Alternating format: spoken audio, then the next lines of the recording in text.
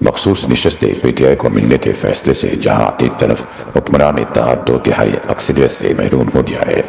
اور P T I کے قومی اسمبلی میں سنگل لارجسٹ پارٹی بننے کے امکانات روشن ہو گئے ہیں، وہیں سیاسی حلقوں میں پی ٹی آئی کے پیپلز پارٹی کے ساتھ مل کر حکومت سازی کی افواہیں بھی زیر گردش ہیں۔ تاہم پی ٹی آئی چیئرمین گوہر خان کے مطابق پی ٹی آئی تمام سیاسی جماعتوں سے مذاکرات پر یقین رکھتی ہے، تاہم پیپلز پارٹی کے ساتھ مل کر حکومت سازی کی باتیں قبل از وقت ہیں۔ پارٹی قیادت نے تاحال کسی بھی سیاسی جماعت سے مل کر حکومت بنانے کا فیصلہ نہیں کیا، تاہم شہباز شریف کے خلاف تحریک عدم اعتماد خارج از امکان نہیں۔ خیال رہے کہ قومی اسمبلی میں سنی اتحاد کونسل کے ممبران کی تعداد 84، جبکہ پی ٹی آئی کے حمایت یافتہ 8 آزاد اراکین بھی قومی اسمبلی میں موجود ہیں، جبکہ پی ٹی آئی کی حمایت یافتہ اراکین کی مجموعی تعداد 92 ہے۔ سپریم کورٹ کے فیصلے کی روشنی میں خواتین کی 20 جبکہ 4 اقلیتی نشستیں پی ٹی آئی کو ملے گی، جس سے پی ٹی آئی اراکین کی تعداد قومی اسمبلی میں 116 تک پہنچنے کا امکان ہے، جس سے تحریک انصاف قومی اسمبلی کی سنگل لارجسٹ پارٹی بن جائے گی، جبکہ مسلم لیگ نون مجموعی طور پر 108 نشستوں کے ساتھ دوسری، جبکہ پاکستان پیپلز پارٹی 68 نشستوں کے ساتھ قومی اسمبلی میں تیسری بڑی جماعت کے طور پر موجود رہے گی۔ جبکہ اس وقت M Q M 21، J U I 8، Muslim League کاف 5، استحکام پارٹی 4، جبکہ مسلم لیگ ضیاء بلوچستان، نیشنل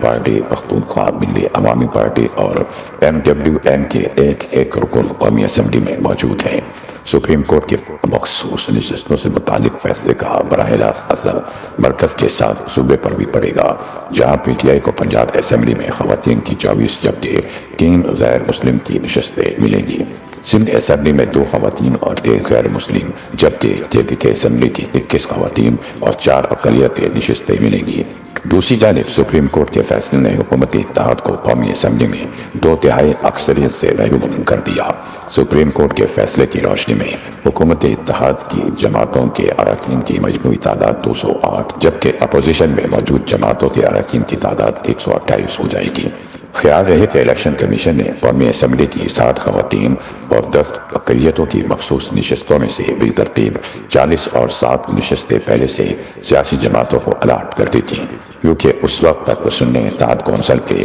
کوٹے میں آنے والی 23 نشستوں کا فیصلہ نہیں ہو سکا تھا۔ بعد ازاں الیکشن کمیشن نے یہ 23 نشستیں بھی دیگر سیاسی جماعتوں کو تقسیم کرنے کا فیصلہ کیا تھا،